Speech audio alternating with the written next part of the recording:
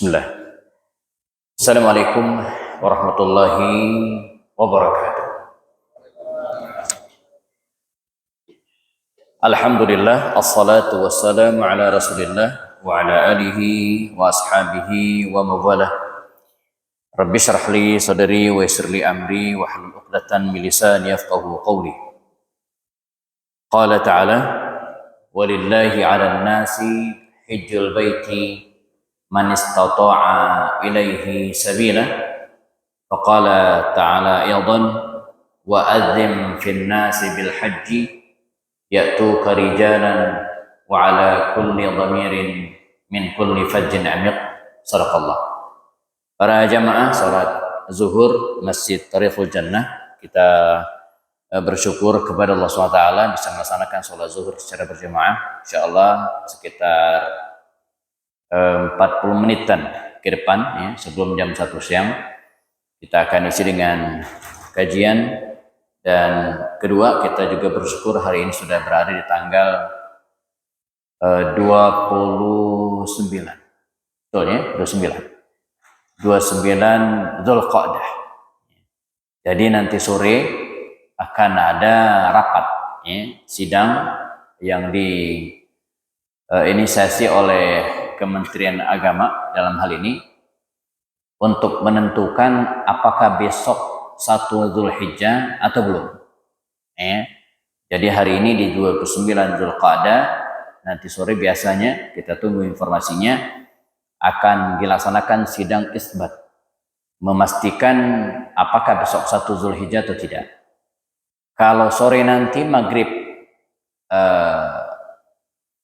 terlihat hilal, ya, nampak hilal, ru'yat hilal, maka besok tanggal 1 Dzulhijjah. Rabu besok 1 Dzulhijjah, Rabu depan 8 Dzulhijjah, Kamisnya 9 Dzulhijjah, wukuf, ya. Jumatnya kita lebaran haji. Ya, kalau besok 1 Dzulhijjah. Namun kalau nanti sore hilalnya tak tampak, ya, tidak kelihatan, gitu ya, ghairu imkani ru'ya, tidak mungkin dilihat, fa'atimmu salasin, maka Dzulqa'dah ini disempurnakan menjadi 30 hari. Besok tanggal 30 Dzulqa'dah, ya. Tanggal 1-nya Kamis, sehingga Kamis depannya lagi tanggal 8, tanggal 9-nya Jumat, lebaran Sabtu. Jadi ada dua kemungkinannya, bisa jadi Jumatnya, bisa jadi lebaran hajinya Jumat, atau bisa jadi Sabtu. Kepastiannya nanti sore insyaallah. Ya. Nah karena itu kita yang belum berangkat haji, ya, semoga bisa berkurban, gitu ya. Dan sunnahnya bagi yang pengen berkurban, ya, kalau sudah masuk 1 Dzulhijjah, falyumsik an alfarihi wa an ash'arihi. Ya. Jadi yang pengen berkurban disunnahkan mulai besok atau mulai 1 Dzulhijjah, kalau 1 Dzulhijjahnya besok, falyumsik an alfarihi, hendaklah dia menahan untuk tidak memotong kuku. Jadi yang pengen motong kuku silakan hari ini sebelum maghrib. Ya, khawatir besok tanggal 1. Wa an ash'arihi, dan ya, disunnahkan juga untuk tidak memotong rambutnya. Al-ash'ar ini bisa berarti rambut, bisa berarti kumis, bisa berarti jenggot, dan segala jenis macam rambut-rambutan. Ini bukan rambut-rambutan, bukan buah ya, segala jenis macam rambut. Ya. Jadi disunnahkan untuk ditahan. Jadi hari ini silakan ya, yang pengen ngerapiin kumis, saya udah tadi pagi ya. Yang pengen memotong kuku, ya, khawatir besok 1 Dzulhijjah. Andai besok 30 Dzulqa'dah, berarti batas akhirnya hari Kamis. Ya. Nah ini sunnah. Kalau misalnya lupa atau kemudian udah keburu panjang banget, ya nggak masalah. Ya, tidak apa-apa. Tapi disunnahkan. Dalam keterangan Imam Asy-Syafi'i mengatakan hikmahnya apa? Agar ketika berkurban nantinya lebih banyak anggota tubuh kita menyaksikan proses penyembelihan hewan kurban. Ya. Karenanya ya, pada hari-hari ini kita sudah mengantar mungkin sebagian dari tetangga kita, keluarga kita ke tanah suci, atau mungkin Ada yang dalam 2-3 hari ke depan akan berangkat, karena proses pemberangkatan haji itu untuk tahun ini dari 1 Mei sampai 30 Mei atau 31 Mei, sebulan penuh gitu ya. Diurai sehari rata-rata berangkat 7.000 jemaah. Jadi 7.000 dikali 30 hari sama dengan 210.000 jemaah atau kurang lebih. Sekarang 221.000 jemaah yang berangkat.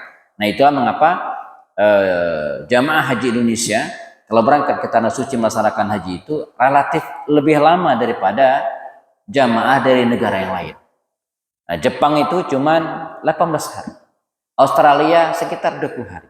Yang lainnya juga sekitar itu ya. Nah, kita jamaah Indonesia lama, 40 hari. 39 sampai 42 hari lamanya gitu ya. Nah, mengapa lama? Ya, kami beberapa waktu lalu mengikuti sertifikasi pembimbing haji di Bandung atau di Sumedang ya, di Jatinangor. Ini yang kami tanyakan, mengapa orang Indonesia kalau pergi haji itu lama? Ya, jawabannya karena harus mengurai pemberangkatan dan kepulangan jamaah.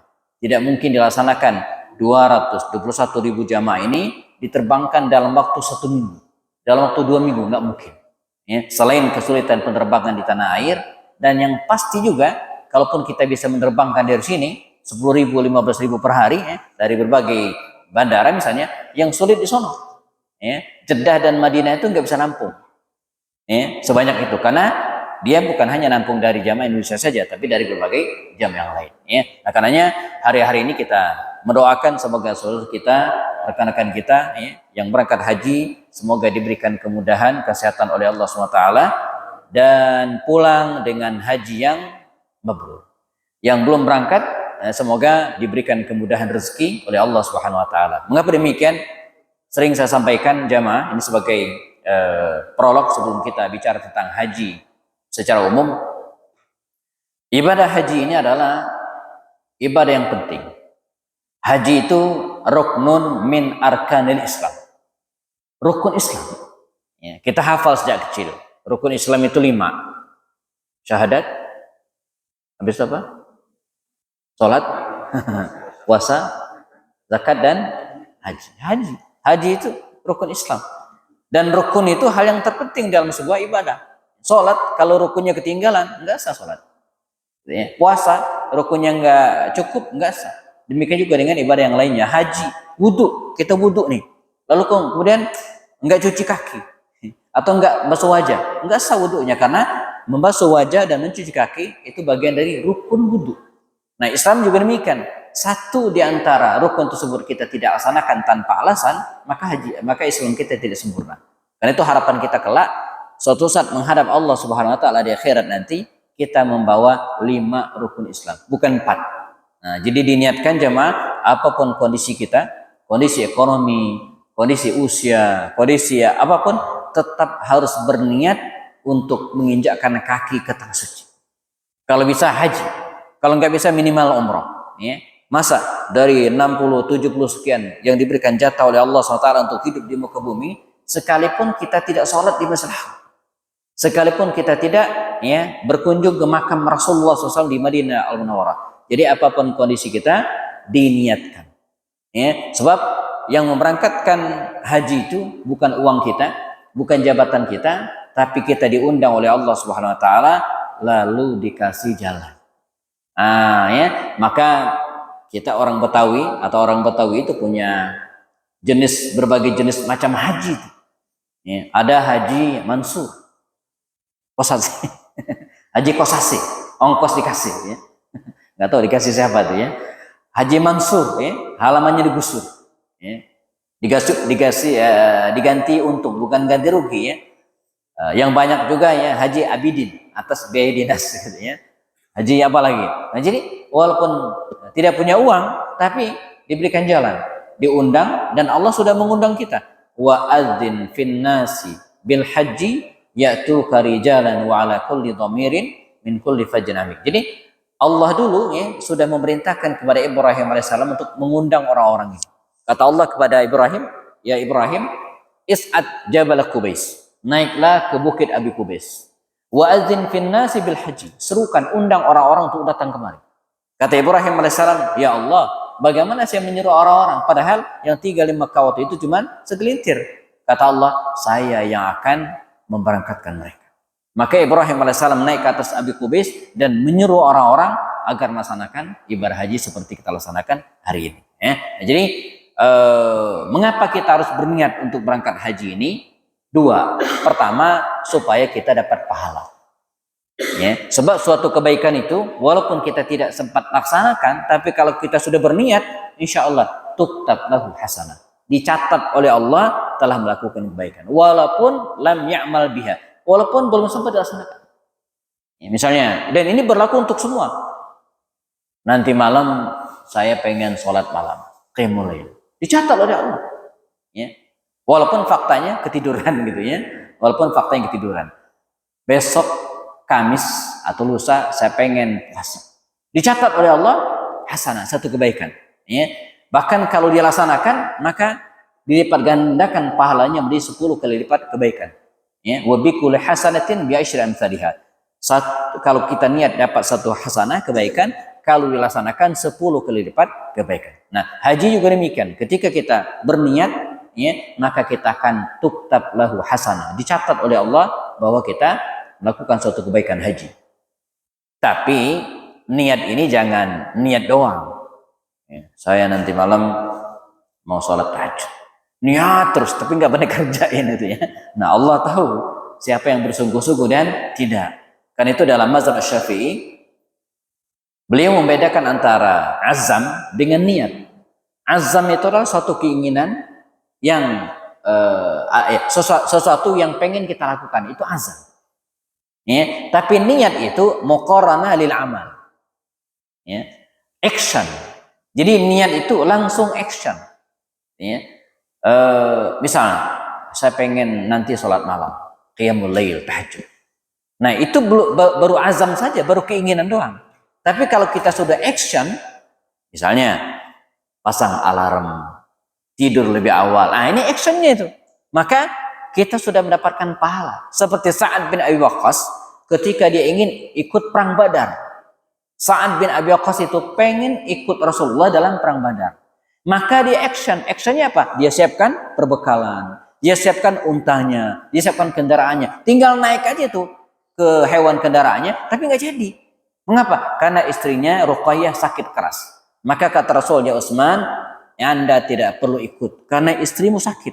Nah, karena itu walaupun Utsman bin Affan tidak sempat ikut dalam perang Badar, tapi dia dicatat oleh Rasul sebagai veteran perang Badar, alumni perang Badar, dan mendapatkan harta rampasan perang Badar walaupun nggak ikut, karena sudah niat. Niatul mu'mini khairun min amalihi. Niat seorang mukmin itu lebih baik daripada amalnya. Bahkan di masa tabi'ut tabi'in dulu ada seorang ulama namanya Abdullah bin Mubarak. Abdullah bin Mubarak ini kisahkan dia pengen berangkat haji, namun ketika akan berangkat ternyata tetangganya yang tukang sol sepatu itu sakit keras dan memerlukan biaya. Akhirnya dana yang akan digunakan untuk berangkat haji itu cuma diberikan kepada orang ini. Dan apa yang kemudian terjadi? Pada musim haji tersebut, dan beberapa Abdullah bin Mubarak dan ulama yang lain mengatakan ada orang yang tidak berangkat haji, tapi ditemukan di sana seolah-olah dia berangkat haji. Mengapa? Karena dia sudah niat walaupun tidak jadi berangkat. Nah, kita juga demikian. Jadi ketika kita berniat, maka Allah telah mencatat kita melakukan ibadah tersebut dengan syarat muqaranah lil amal. Harus action. Jadi kalau sholat tahajud tadi actionnya masang alarm, tidur lebih awal. Nah, haji actionnya apa? Ya daftar. Jangan niat doang, tapi nggak daftar. Ya, kapan berangkatnya gitu kan? Ini kayak bibi saya di Batu Raja. Bi, kita umroh, Bi. Aku mau haji dulu. Dia mau haji dulu baru umrah. Sudah daftar haji? Belum lah. Kapan berangkatnya? Jadi dia pengen umrah ya kapan? Tapi setelah haji. Daftar haji aja belum. Ya kapan umrahnya gitu kan? Ada lagi yang beranggapan, kenapa belum daftar haji? Lama Ustadz nunggunya. Justru karena lama itu buruan daftar. Karena lama nunggunya, kalau nggak daftar-daftar ya kapan berangkatnya? Gitu kan? Ada lagi orang tua kita dulu suka begini. Saya kalau berangkat haji nanti kalau udah tua. Sekarang masih muda. Nanti kalau udah tua, saya akan berangkat haji. Supaya apa? nggak lama pulang haji meninggal. Supaya nggak sempat berbuat dosa. Bukankah orang yang berangkat haji itu dengan penuh keikhlasan dan tidak mengotori ibadah haji dengan perbuatan-perbuatan kotor, kalimat-kalimat tercela, maka raja'a kayaumin waladathu ummuhu. Dia pulang ke rumahnya seperti dilahirkan oleh ibunya, suci. Nah, dia pengen nanti pulang haji itu nggak lama-lama Ustaz, langsung meninggal. Makanya pergi haji entar aja kalau udah tua. Nah, ini anggapan dan paradigma cara berpikir yang keliru. Sebab pertama, kita tidak tahu usia. Jangan-jangan nggak nyampe tua. Nggak nyampe tua sudah dipanggil Allah Subhanahu Wa Taala. Nggak tahu usia kita. Yang kedua, jamaah, sungguh melaksanakan ibadah haji, umroh itu enak kalau kita masih muda. Kalau udah tua, berangkat haji, nyusahin ustad. Mesti dituntun gitu ya, mesti dicariin kursi roda. Nggak maksimal. Karena rangkaian ibadah haji itu mayoritas fisik. Kita sa'i, tawaf itu fisik Pak. Ngelilingin Ka'bah 7 kali itu fisik itu. Sa'i juga demikian fisik. Kemudian apa lagi? Lempar jumroh. Ya. Jarak dari tenda kita menuju ke Jamarat paling dekat 4 kilo. Saya haji 2022 itu paling dekat. Ya, karena haji 2002 itu kan spesial. Hanya sepertiga yang berangkat. 40%-an yang berangkat. Sisanya nggak boleh berangkat karena masih setelah pandemi ya. Jadi keluar tenda langsung ketemu terowongan, lewat terowongan 2 kali nyampe di Jamarat. Itu 4 kilo jarak. Itu udah paling dekat. PP 8 kilo. Iya kalau kita ketemu tenda di sini. Tapi kalau jatah tendanya di ujung sini, di Mina aja di 16 kilo Pak. 16 kilo itu jalan. Nggak ada Grab, nggak ada ojek gitu ya. Jadi butuh fisik. Sehingga wajar kalau kemudian ketika berangkat haji banyak orang yang tidak bisa melaksanakan jumroh, melempar jumroh dan diwakilkan dengan yang lain. Sekarang zaman sudah canggih emang. Tawaf tidak sanggup bisa pakai mobil golf di atas. Ya, sa'i juga demikian. Melempar jumrah bisa sewa, bayar orang. Tapi akan lebih nikmat kalau kita laksanakan sendiri. Akan lebih nikmat kalau kita tahu persis di depan Ka'bah, tidak naik mobil golf yang tidak kelihatan Ka'bahnya. Jadi kalau kita tawaf pakai mobil golf atau kalau dulu kayak sepeda motor kalau dulu ya, ada semacam skuter kayak skuter kalau sekarang nggak ada lagi, adanya mobil golf. Itu di atas nggak kelihatan Ka'bahnya, seperti orang nggak tahu aja, duduk aja. Kalau saya sih nggak menikmati gitu kan. Jadi lebih enak tawaf itu kalau kita laksanakan sendiri di depan Ka'bah, menyentuh Ka'bah bila perlu. Kita mendekat Ka'bah. Sa'i juga demikian. Nah, itu hanya bisa dilaksanakan kalau kita masih muda dan tubuh kita masih kuat. Nah ini ya hikmah pertama jamaah, mengapa kita harus niat berangkat haji, supaya apa? Supaya kita dapat pahala. Action, daftar. Ustaz, saya belum punya uang untuk daftar. Sekarang kan minimal 25 juta. Minimal banget. Itu baru dapat porsi. Kalau belum punya uang untuk daftar, nabung Pak. Nabung. Ini sharing saja. Saya tergerak hati untuk berangkat haji itu di 2011. Ya, ketika diminta atau ketika kami menulis proyek penulisan buku waktu itu ya, ibadah haji dalam sorotan judul bukunya. Sudah terbit dulu ya. Jadi ada 2 buku yang saya edit waktu itu. Pertama judulnya 40 hari mencari cinta. Judul bukunya pengalaman seorang jamaah berangkat haji Pak. Jadi selama haji itu dia bikin catatan harian 40 hari, catat setiap hari. Dijadiin buku. Saya mengeditnya waktu itu dan kemudian diterbitkan. Judulnya 40 hari mencari cinta. Nah, yang kedua buku ibadah haji dalam sorotan. Kritikan-kritikan ya, bagi orang yang berangkat haji gitu ya. Nah, jadi dengan membaca ulang buku ini, mengedit buku ini dan menerbitkan buku ini, saya terinspirasi loh. Kenapa saya nggak berangkat? Tapi uangnya belum ada waktu itu. Maka ya, saya berangkat ke sebuah bank syariah dengan istri waktu itu karena belum punya uang untuk daftar ke Kementerian Agama, maka kami menabung. Saya nabung 500.000, istri saya nabung 500.000. Buka rekening tabungan haji. Datang ke bank syariah apa saja. Mau BSI mau BNI apa saja, silakan gitu ya. Datang, Mbak, saya mau buka rekening tabungan haji. Nanti dia sodorin formulir sama dia dan kemudian kita nabung. Terserah berapa yang kita sanggup. Ya. Saya dulu sebagai pembuka 500.000. Saya 500.000, istri 500.000. Pulang boncengan motor. Kata istri saya di belakang, kapan kita berangkatnya nih? Cuma 500.000. Kapan berangkatnya? Saya bilang, tugas kita buka rekening tabungan haji. Sisanya biar Allah yang mengisi. Ya, ini jawaban Ustadz banget gitu ya. Dan luar biasa jemaah. Hikmah pertama tadi apa? Kita dapat pahala. Curi start pahala, action. Nah, yang kedua akan diberikan kemudahan. Wallahu 'inda dhanni 'abdi. Allah itu sesuai dengan keinginan, prasangka hamba. Dia pengen apa, maka Allah akan arahkan. Ini kayak orang bangun pagi pengen makan pisang goreng. Yang satu lagi bangun pagi pengen makan nasi uduk. Begitu dia keluar rumah, ada yang jual pisang goreng, yang pengen nasi uduk tadi nggak beli Pak, karena dia pengen pisang goreng gitu kan. Jadi Allah itu ya, mengarahkan kita sesuai dengan keinginan hambanya. Nah, ketika kita pengen berangkat haji, diberikan kemudahan oleh Allah, diberikan jalan min haitsu la yahtasib. Persis seperti saya tadi. Ya, saya daftar, kemudian buka rekening tabungan haji dan berusaha. Dan luar biasa. Min ajaibid dunya. Ini bagian dari keajaiban dunia menurut saya ya. Saya nulis buku waktu itu ya, ada 3 buku yang saya tulis tahun itu dan semuanya bestseller. Pertama buku yang judulnya Beginilah Rasulullah Berbisnis, 3 kali cetak ulang, bahkan terbit di Malaysia.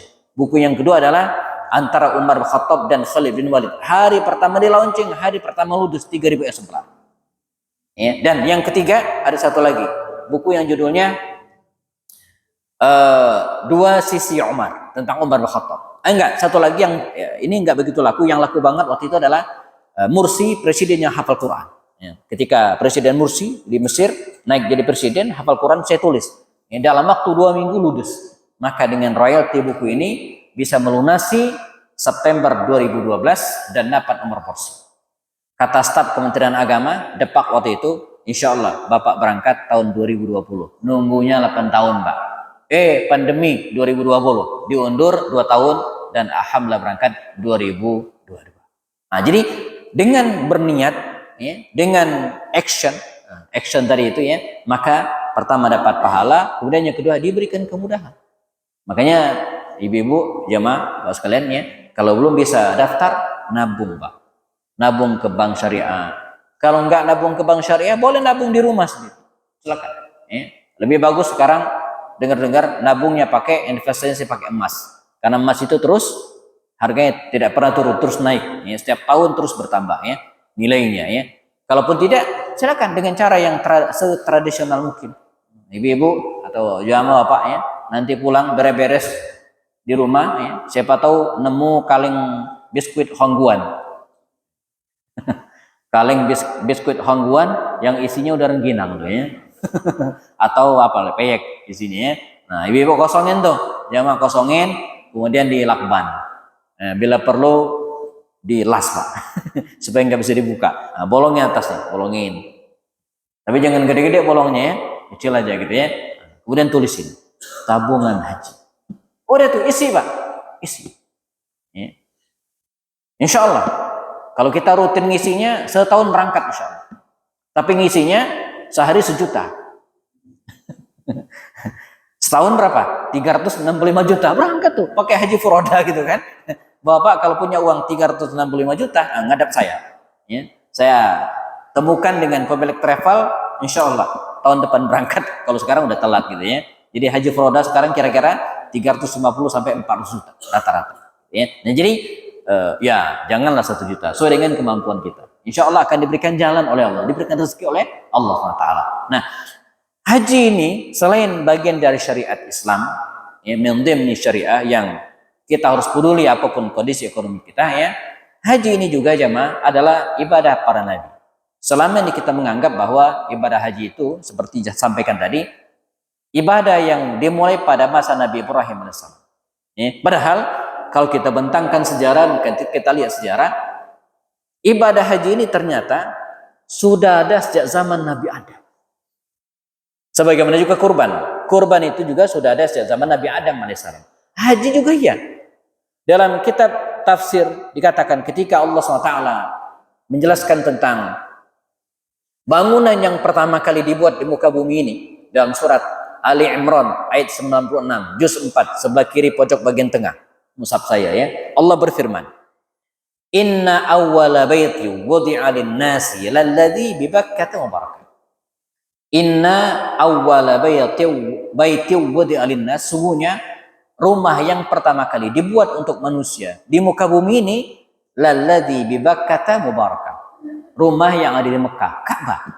Nah, jadi Ka'bah itu adalah bangunan yang pertama kali dibikin. Ya, dikisahkan ketika Adam alaihissalam diturunkan oleh Allah SWT ke muka bumi ini, ya, dalam kitab Ibnu Katsir katakan Adam itu mendaratnya di India, Pak, di puncak Himalaya. Sementara Hawa mendaratnya di Jeddah. Nah, ketemulah mereka di Arafah, yang kita kenal hari ini dengan Jabal Rahmah. Ketemu di situ, maka Allah SWT merintahkan kepada Adam, dibantu oleh malaikat Jibril untuk bikin rumah yang sejajar dengan Baitul Ma'mur. Jadi di Sidratil Muntaha itu ada sebuah bangunan namanya Baitul Ma'mur, tempat para malaikat tawaf. Nah, sejajar dengan itu, itulah Ka'bah. Maka dibuatlah Ka'bah, dan itulah bangunan yang pertama kali dibikin oleh manusia. Ya, dibuat, lalu Allah SWT merintahkan kepada Adam untuk tawaf mengelilingi Ka'bah ini sebanyak 7 kali, dan kemudian beliau diperintahkan untuk berdiri di atas bukit Safa. Inilah ritual haji yang dicatat oleh sejarah dilaksanakan di masa Nabi Adam alaihissalam. Ya, dia sudah memulai tawaf dan berada di bukit Safa, tidak jauh dari Ka'bah Musyarrafah. Ya. Nah, sisanya para nabi berikutnya tidak begitu banyak catatan riwayatnya. Catatan riwayat haji muncul lagi di masa Nabi Ibrahim alaihissalam. Ya, ketika Ibrahim alaihissalam diperintahkan Allah untuk meletakkan putranya Ismail, ya, di wadin ghairi dhi zar'in, di sebuah lembah yang tidak ada tanaman, Mekah, ya. Maka ya, Ismail ya, bersama dengan ibundanya Hajar diperintahkan untuk stay di sini, tinggal di sini, sementara Ibrahim balik lagi ke Palestina, ke bumi Syam. Nah, suatu saat sang bayi Ismail ini haus. Bayi masih kecil, masih bayi. Dan tidak ada air. Maka dikisahkan Sayyidah Hajar ya, naik ke atas bukit Safa karena dikira di atas bukit Safa itu ada air. Ya. Dan ketika naik ke atas bukit Safa tidak ada air. Dia lihat di seberang sana, berjarak sekitar 450 meter ke depan, di atas bukit Marwah, dia lihat ada air. Maka dia turun dari bukit Safa, lari ke bukit. Ternyata air ada di bolak-balik, tidak terasa. 7 kali dibolak-balik antara Safa dan Marwah. Lalu dia kembali menemui anaknya yang masih menangis ini. Begitu diangkat, ternyata bagian bawah anak ini basah.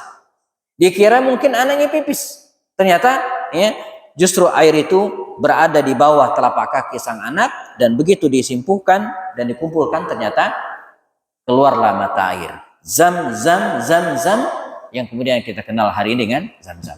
Ketika Ismail AS sudah mencapai dewasa, dan 4 kali Ibrahim ini mengunjungi putra Ismail ini, ya, diantaranya suatu saat Allah memerintahkan Ibrahim ya untuk menegakkan kembali Ka'bah yang sudah punah karena dihajar banjir besar di masa Nabi Nuh alaihissalam.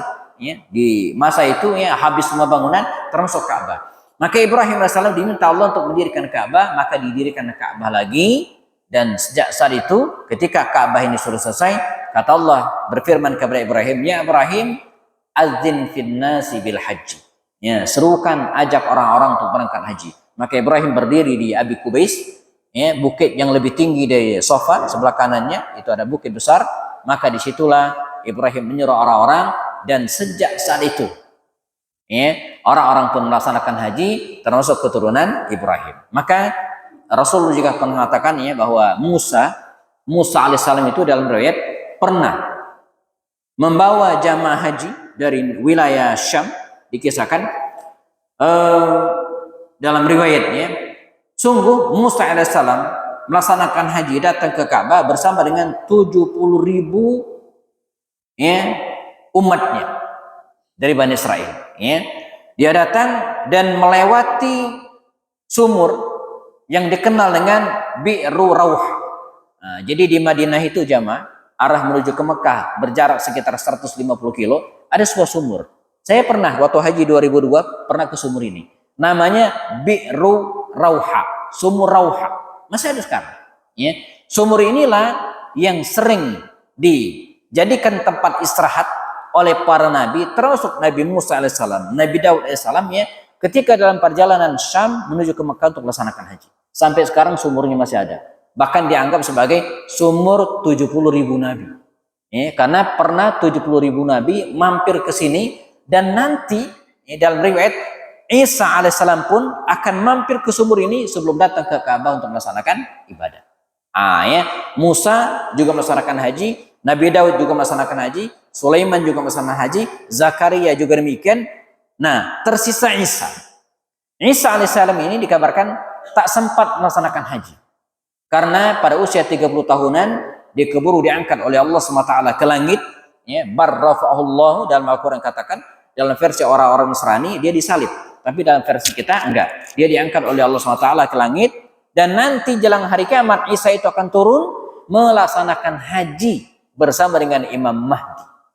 Bahkan dia akan sholat di Masjid Al Haram, ya Rasulullah, imamnya Imam Mahdi bersama dengan juta umat Islam pada waktu itu sebelum berperang melawan orang-orang Yahudi untuk mematahkan salib-salib dan seterusnya.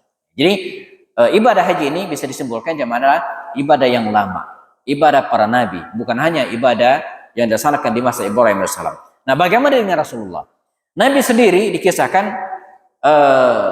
sebelum hijrah ke Madinah, beliau memang tawaf di Ka'bah, tapi belum disebut dengan haji yang sempurna. Rasulullah SAW ya, baru mendapatkan perintah dari Allah untuk melaksanakan haji secara sempurna di tahun ke-6 Hijriah.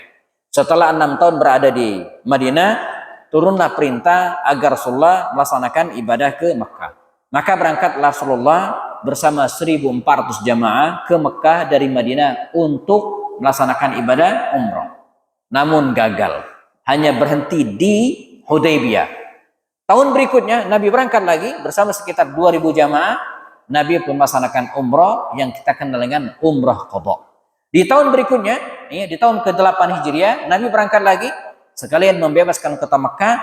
Itulah umrah ketiga Rasulullah, dikenal dengan umrah Ji'rana. Dan terakhir, ya, hanya 2 bulan setengah sebelum meninggal dunia, Rasulullah berangkat ke Mekah dari Madinah bersama 140.000 jamaah.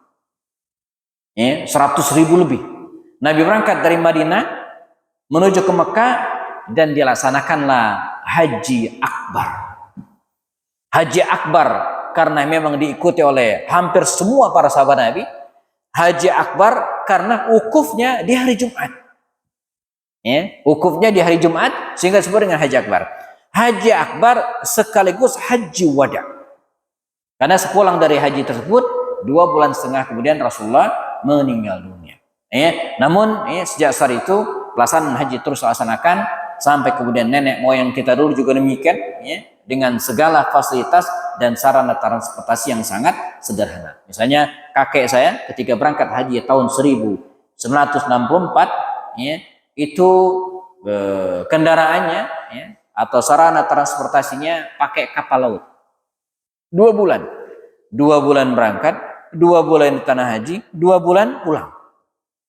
Total 6 bulan. Sehingga pulang-pulang anaknya yang kemarin baru lahir udah gede, ya. Karena hajinya 6 bulan. Kalau sekarang kan cepat, ya, apalagi yang haji furoda itu cuma 23 hari. Jadi dilaksanakan dengan segala kesulitannya, namun ini menjadi bagian syariat. Terakhir sebagai tambahan jemaah, karena makanan yang udah keluar, ya. Ini makanan udah keluar itu artinya waktunya udah habis. Saya tambahkan dikit lagi bagi kita yang masih menunggu antrian haji, ya, menunggu rezeki dari Allah SWT, ada ibadah yang bisa kita laksanakan di tanah air, yaitu berkurban. Nah, berkurban ini juga bagian dari syariat lama, syariat para nabi. Nabi Adam, Nabi Idris, Nabi Nuh, Nabi Ibrahim, mereka berkurban semua, ya. Dan berkurban ini jamaah ibadah yang sifatnya sanawiyan, rutin setiap tahun. Jangan bilang kenapa enggak kurban? Sudah Ustaz, kapan? 5 tahun lalu. Enggak, kurban itu, ya, kalau biasa setahun sekali. Walaupun para ulama berbeda pendapat tentang hukumnya. Dalam mazhab Syafi'i dan jumhur ulama, berkurban itu hukumnya sunnah. Sunnah muakkadah, sunnah yang sangat ditekankan bagi yang mampu. Ya. Yang dimaksud dengan bagi yang mampu adalah orang yang bisa beli hewan kurban pada saat Idul Adha. Itu orang yang mampu. Jadi jangan bilang nggak mampu, padahal punya motor moge, ya. Punya handphone harganya belasan juta, tapi ngakunya nggak sanggup berkurban, yang cuma beli kambing 3,5 juta atau 4 juta paling mahal. Yang udah 4 juta itu udah mahal, bukan paling mahal, maksudnya 4 juta itu udah bagus, gitu kan? Kami patungan di komplek perumahan itu patungan sapi 3,5 juta, itu sudah termasuk biaya potong. Jadi terjangkau sekali. Jadi kita yang ngaku nggak punya uang tapi punya motor 3, punya rumah tingkat, ya, punya ibu-ibu punya kalung emas sekian gram, tapi ngakunya tidak bisa berkurban. Enggak, ya. Kita sisihkan uang kita, karena berkurban ini punya dua dimensi. Pertama, taqarruban ilallah, mendekatkan diri kepada Allah, bagian dari ibadah. Yang kedua adalah taqarruban ma'an nas, muamalah ma'an nas, ya. Jadi dengan berkurban kita akan mendekatkan diri kepada Allah dan berbagi atas rezeki yang telah diberikan Allah kepada kita, ya. Sebab tidak sedikit orang yang tidak atau jarang sekali menikmati daging kambing atau daging sapi, ya, kecuali ketika berkurban. Jadi kita berbagi, dan harta yang kita berikan itu tidak akan hilang, tetapi diganti oleh Allah dengan pengganti yang lebih baik. Tidak ada cerita orangnya kenapa sekolah itu hidupnya sengsara, miskin. Setiap tahun kurban sih enggak ada. Enggak ada orang yang jatuh sengsara, jatuh miskin karena setiap tahun berkurban. Diganti dengan yang lebih baik, diberikan rezeki oleh Allah Subhanahu wa taala, ya. Oke, baik. Semoga Allah memberikan kemudahan kepada kita, baik untuk berangkat haji, silakan berniat lagi dan kuatkan lagi tekadnya, ya, atau kalaupun tidak, semoga Allah memberikan rezeki kepada kita. Tersisa 10 hari ke depannya, semoga ada rezeki agar kita juga bisa menyembelih hewan kurban, insyaallah, baik kambing ataupun patungan sapi. Demikian, jazakumullah khairan. Ada waktu kurang dari 10 menit sebelum jam 1. Jika ada yang ingin ditambahkan, asal jangan minta tambah kue saja, ya. Atau ingin ditanyakan, ya, di konferensi, Pak Maulana silakan.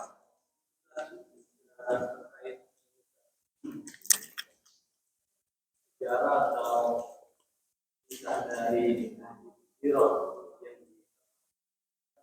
karena memunafikan warganya.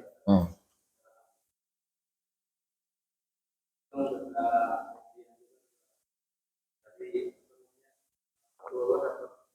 saya dari surat Al-Taubat itu dan 10 ya. Terus itu saya sudah baca pertama. Ya. Pertanyaan kedua, tidak ada masjid yang sholat id tidak dilaksanakan karena jamaahnya sedikit. Dan kedua balik itu seperti apa? Ya. Sholat id maksudnya, ya? Ya, sholat id ya. Oke. Baik, bismillah. Pertama, ya, masjid Dirar yang termaktub dalam surat ya At-Taubah, ya, ayat 107 sampai 110, ya. Walladzina ittakhadhu masjidan diraran, walladzina ittakhadhu masjidan diraran. Kisahnya begini. Ketika baginda Rasul, ya, akan berangkat menuju ke Tabuk tahun ke-9 Hijriah di bulan Rajab, ada sekitar 80 sekian orang munafik itu tidak ikut perang, ya. Ada 12 orang yang ikut, ya, 80 sekian itu tidak ikut. Nah, mereka inilah yang membangun masjid tak jauh dari Masjid Quba, ya. Jadi tidak jauh dari Masjid Quba. Sampai sekarang ada posisinya itu, letaknya diperkirakan saja, gitu, ya. Tahu persisnya di mana? Saya pernah lewat, ditunjukkan di situ dulu Masjid Dirar. Nah, mereka bikin masjid di sini sementara Nabi pergi ke Tabuk. Nabi pergi ke Tabuk itu lama, 50 hari. 20 hari di perjalanan berangkat, ya. Lalu kemudian 15 hari berangkat, 20 hari di lokasi, 15 hari pulang, total 50 hari. Jadi cukup lama Nabi meninggalkan Madinah. Nah, pulang-pulang sudah berdiri masjid, tidak jauh dari Masjid Quba, gitu kan? Ini masjid bikin masalah, ya, sebab selain berpeluang memecah belah umat yang fokus sholat di Masjid Quba atau Masjid Nabawi, gitu kan, dan belum butuh untuk ukuran waktu pada waktu itu, ya. Ini juga dibangun oleh orang-orang munafik. Maka Allah segera menurunkan firman-Nya surat At-Taubah 107 tadi itu yang memerintahkan kepada Rasulullah untuk merobohkan masjid ini. Maka masjid ini pun akhirnya dirobohkan dan keberadaan orang-orang munafik tadi itu ya semakin lama semakin terjepit gitu kan. Apalagi puncaknya ketika Abdullah bin Ubay bin Salul tak lama kemudian setelah itu meninggal dunia. Nah, jadi Masjid Dirar ini didirikan oleh orang-orang munafik tujuannya untuk memecah belah umat, menimbulkan fitnah, menimbulkan kegelisahan di tengah umat gitu kan, karena tidak diperlukan. Maka Rasulullah memerintahkan untuk menghancurkan masjid ini. Ini terjadi di tahun ke-9 Hijriah sekitar bulan awal-awal bulan Ramadan. Ya, Sya'ban atau bulan Ramadan. Kita Nabi berangkatkan Rajab, Sya'ban, Ramadan. Sekitar bulan itulah kejadiannya di tahun ke-9 Hijriah. Ya, sebelum Nabi melaksanakan haji wada. Nah, ini tentang Masjid Dirar ya. Nah, yang kedua adalah ibadah salat Idul Fitri dan Idul Adha. Pelaksanaan salat Idul Fitri dan Idul Adha ini di syariatnya dengan cara berjamaah. Ya. Sebagian ulama boleh juga menganjurkan ya untuk dilaksanakan sendiri-sendiri. Tapi dianjurkan berjamaah, dianjurkan sangat. Berapa orang? Berapapun. Nah, makanya dalam konteks berjamaah ini para ulama beda pendapat.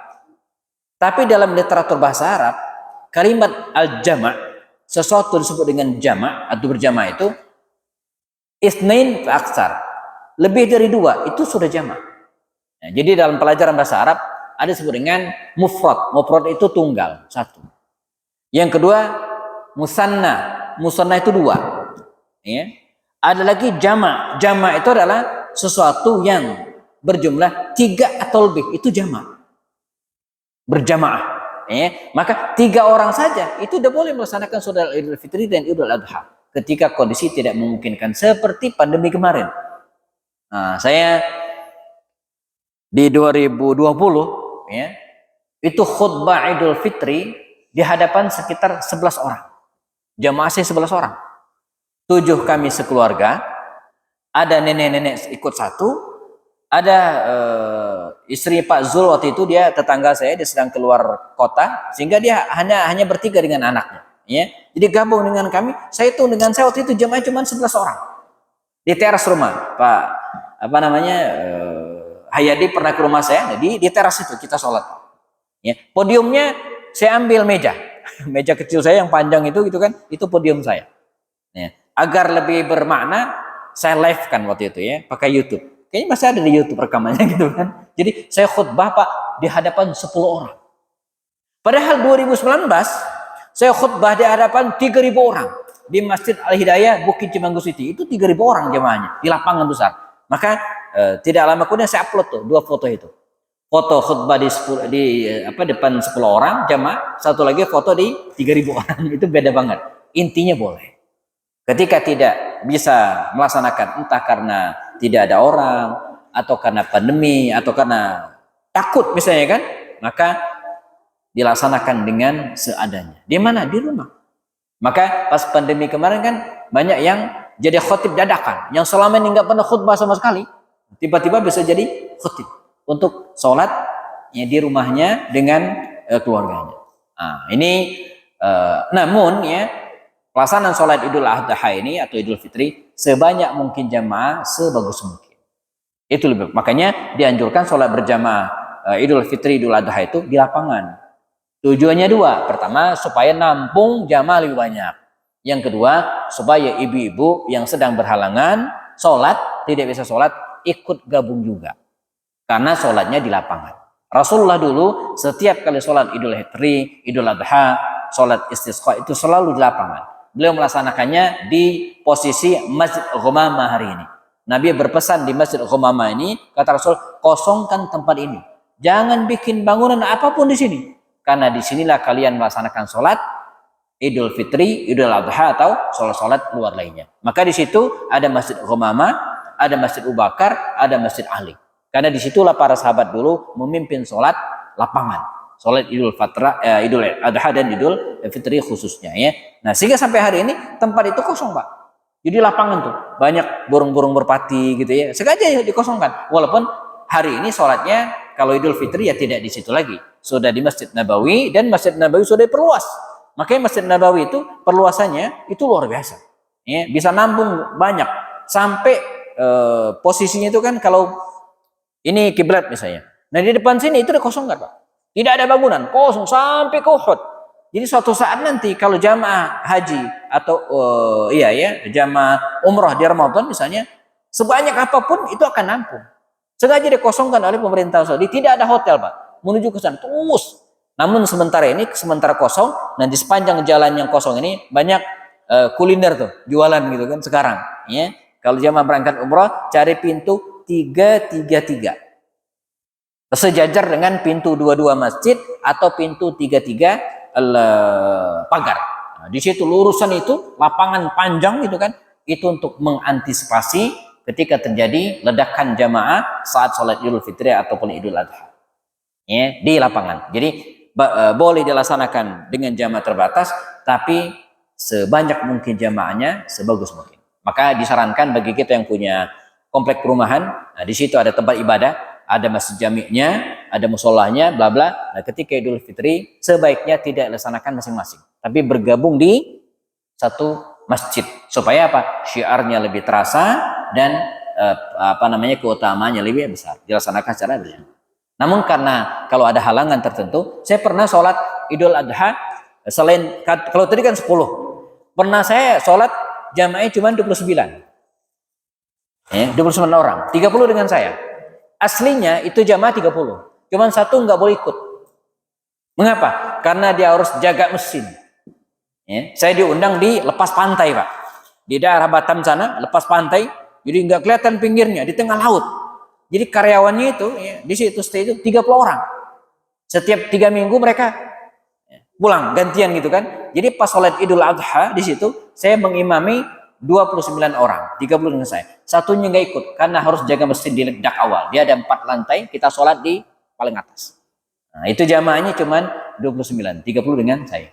Itu seumur hidup saya takbiran Idul Adha di tengah lautan, tidak kelihatan pinggirnya gitu kan, lepas pantai.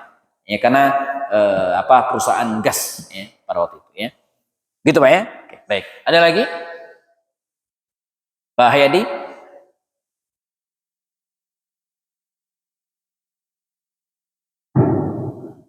Iya, satu lagi guys, sorry.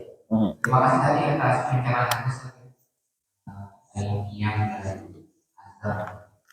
Dan mungkin kalau saya cerita sedikit ya, tahun 2019 pencerahan ini pernah saya dapat juga dari itu bahwa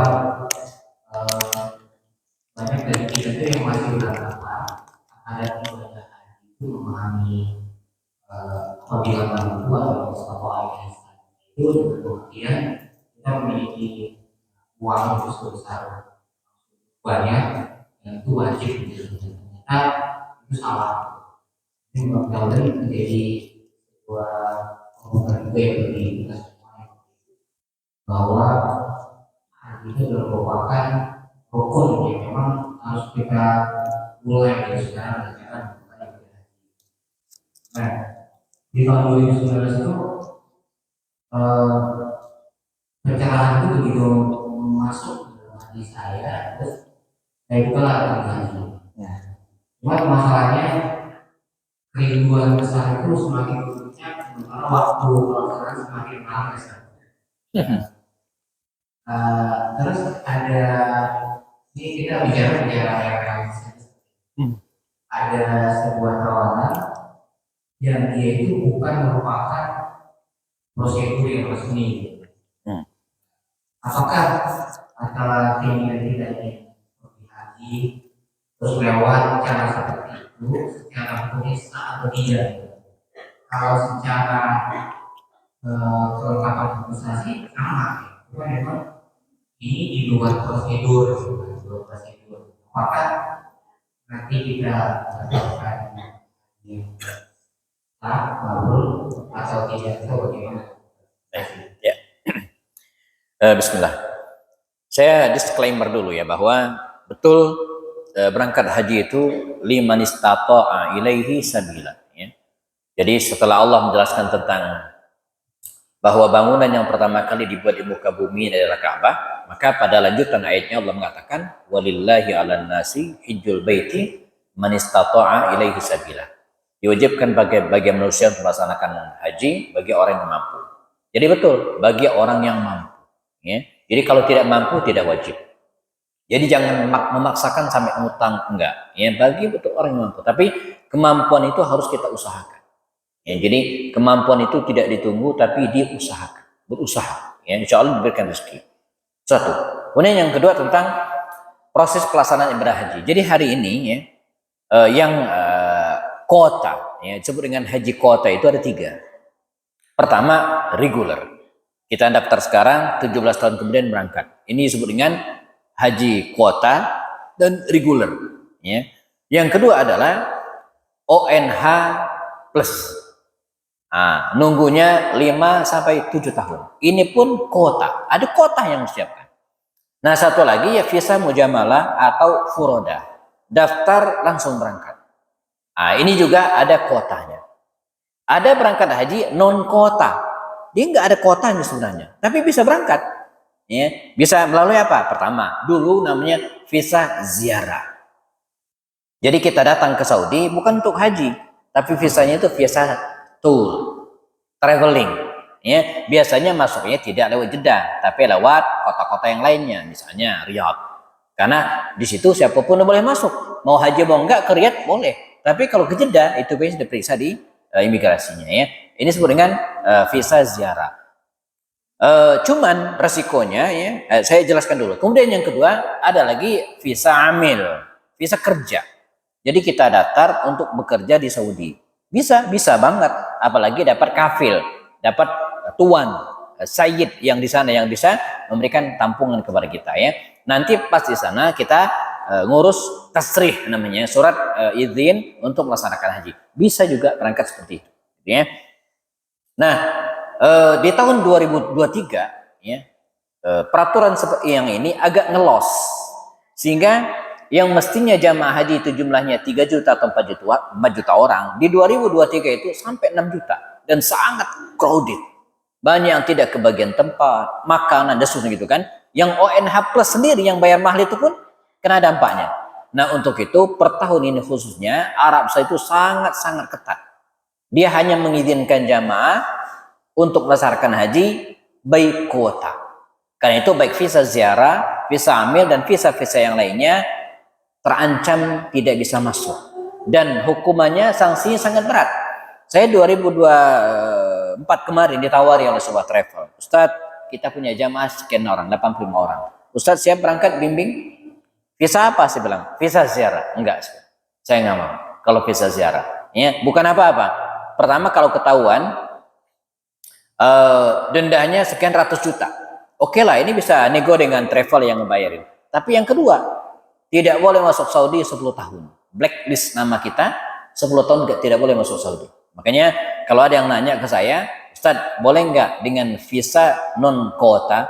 Saya anjurkan tidak. Jangan. Ya. Pertama, kita menzalimi orang, ada kemungkinan yang mestinya dapat kan yang dapat tenda makan itu kan yang ada kuotanya. Sementara kita nggak punya kuota, ya nggak berhak ya untuk duduk di tenda itu. Tidak berhak untuk di tenda itu karena kita nggak ada kuotanya ya. Walaupun hajinya sah. Ini kayak orang sholat zuhur tapi pakai sarung dari hasil nyolong, kan sah sholat zuhurnya. Nyolongnya masalah gitu kan. Nah, haji juga demikian ya. Yang kedua, sanksinya kalau ketahuan. Wah. Dan sudah banyak, sekarang ratusan orang Pak dideportasi, di sweeping. Jadi askar Saudi itu, tentara-tentara atau polisi-polisi Saudi itu, dia mensweeping itu sampai ke gunung-gunung, hotel-hotel itu. Jadi kalau dulu sweepingnya kan di pinggir jalan, dicek acak. Sekarang enggak, mereka masuk ke hotel-hotel, ke kamar-kamar, dicek di kamar itu. Maka sekarang banyak kamar-kamar di Madinah itu ya, ada kopernya, ada handuknya, ada barangnya, tapi orangnya nggak ada. Udah pergi gitu kan. Sebab kalau ketangkep, wah, biasa dipenjara. Dipenjara dulu, kemudian diproses. Biasanya penjara itu kadang 3 hari minimal. Itu peraturan tuh. Setelah 3 hari kemudian dikembalikan ke negaranya. Ya. Jadi saya tidak menyarankan jamaah untuk berangkat lewat kota, lewat jalur non kota. Ya, selain ada pertimbangan kemungkinan menzalimi orang lain tadi itu karena memang dia tidak dapat jatah. Kemudian yang kedua, ya, khawatir ketahuan dan udah uang hilang aja itu ya, nggak balik lagi ya. Nah di Indonesia juga demikian, Indonesia ketat. Jadi Indonesia begitu di imigrasi itu sudah diperiksa sebenarnya, ya kan ketahuan visanya. Cuman kan orang imigrasi orang kita, apa yang tidak bisa diatur di Indonesia gitu ya. Indonesia ini aturable ya, bisa diatur lah gitu kan. Banyak juga yang lolos, ya, banyak lolos. Dan luar biasa, emang ini PR kita ya. Saya bukan terpaksa, tapi memang terpaksa dia. Dulu pernah ada jamaah umroh. Ternyata ini jamaah mengidap penyakit tertentu sehingga dia tidak boleh vaksin meningitis, nggak boleh, gitu kan? Tapi pas syarat masuk imigrasi itu harus ada vaksinnya. Saya bilang, Bu, saya bilang, ini jamaah saya mau umroh. Terus terang dia nggak punya vaksin meningitis, bukunya nggak punya, buku kuning itu ya. Oh nggak bisa Pak. Padahal kita tinggal masuk aja tuh, tinggal berangkat. Ya. Terus gimana solusinya? Jadi kalau kata ibu ini orang imigrasi ini sebelum masuk ke antrian itu, kalau terjadi apa-apa, gimana? Misalnya jamaah bapak ketularan penyakit meningitis dari orang Afrika, tahu sendiri ya. Nah untuk itu katanya biar kami nggak kena masalah, bapak ya, suruh jamaahnya bikin surat pernyataan, ya. Diketik di satu lembar kertas dan ada materainya. Wah kapan ngetiknya? Kapan beli materainya? Orang tinggal ngantri masuk dan sebentar lagi berangkat. Dalam hitungan 2-3 jam berangkat pesawat. Saya dah ajaran dari travel. Ustadz itu udah biasa. Terus ini amplop. Ustadz kasih aja ke mereka nanti. Bu, kami tidak bisa bikin surat pernyataan. Tolong ibu yang bikin. Nah ini biayanya. Lolos Pak, selesai. Itulah Indonesia aja. Bisa diatur gitu ya. Jadi bahasa saya niatnya itu tadi karena kami nggak sempat karena keburu mau terbang kan nggak sempat bikin surat pernyataan tuh, tolong ibu ya deh ngurus, ibu beliin materainya, pokoknya ibu yang ngurus, kita serahkan.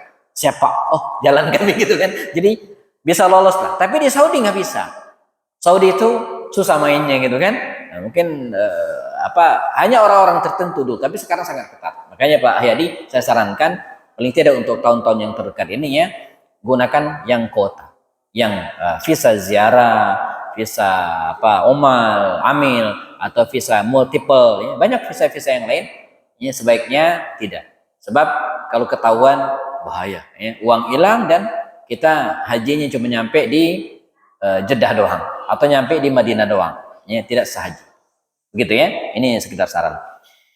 Baik, kita cukupkan jamaah. Semoga kita diberikan kemudahan oleh Allah SWT, kemudahan rezeki kita, ya, baik untuk kehidupan kita ataupun kemudahan kita tanah suci insyaallah. Jazakumullah khairan dan selesaikan dengan kafarat majlis. Subhanakallahumma bihamdika asyhadu an la ilaha illa anta astaghfiruka wa atubu ilaik. Assalamualaikum warahmatullahi wabarakatuh.